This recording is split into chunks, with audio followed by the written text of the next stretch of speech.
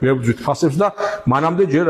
არა, ოღონდ ჯერ ახალი წლები და საშობაოდ იყიდეთ ყველაფერი ძვირა და მე მომასობაში გამოძიება რაღაცას იტყვის რა. აი ეს რო ფასები არის გაძვირებული თქვენი აზრით ჩემი აზრით ეს მიტომ გაახსენდა რომ რაღაცა თემა ჭირდებოდა პოპულისტური რომ ხალხის თვალში რაღაცა ქულები დაეწერა რომ აი მე ვითომ რაღაცას პრობლემას ამ ქვეყანაში ვებრძვი მაგალითად მაღალ ფასებს და ეს დაჭირდა რაღაცა სხვა თემების გადასაფარად იმიტომ ძალიან ბევრი რაღაცა მოხდა ამ ბოლო დროს რომელსაც კითხვის ნიშნებზე უფრო მეტი რამე გააჩინა საზოგადოებაში იმიტომ რომ აი შემოცა ეუბნები ხალხს რომ იცი თურმე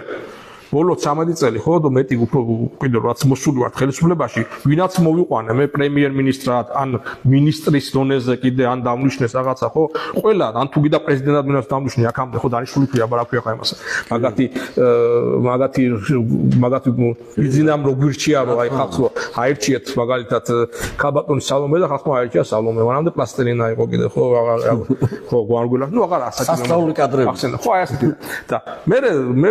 თურმე ესე იგი ნაცებთან ბრძოლის ეგიდით მოსული ხალხი ნაცებს აფინანსებს და მათ ტელევიზიებს და არა მარტო ნაცებს ხო აი დაასახელონ კონკრეტულად რომელი ტელევიზია ფინანსდებოდა ხო და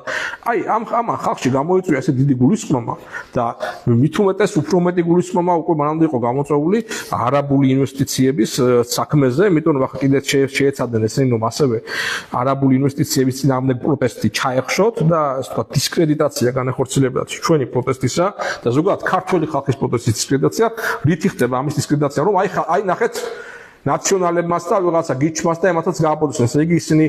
აპროტესტებენ, ესე იგი ჩვენ კაის ვაკეთებთ, ისინი ხო ყოველთვის საქართველოს საწინააღმდეგო რაღაცა თუ რაღაცას აკეთებენ, ამიტომ ჩვენ ვართ მართლები და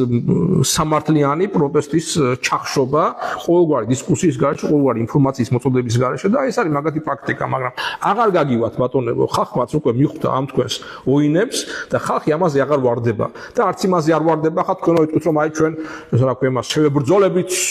ფასებს ჩვენ გამოძიებას ჩავატარებთ თუ და ფასების მას გამოძიება სისტემა არის შენი ეკონომიკური ისეთი რომელიც ახალისებს კარტელების შექმნას და წარმოქმნას. ნუ ყველაფერი ერთმანეთის მაკაცები ხართ, უყოლა ვინაცა ამ ქსელების უფროსები და პატრონები და დაჯდებით ერთ გაისაღამოს იქეიფეთ ოსტონაში და შეათანხმდეთ მოდი შემდეგ 1 იანვრიდან აუწევთ ფასები როგორც 20 ლარით აუწევს მთავრობა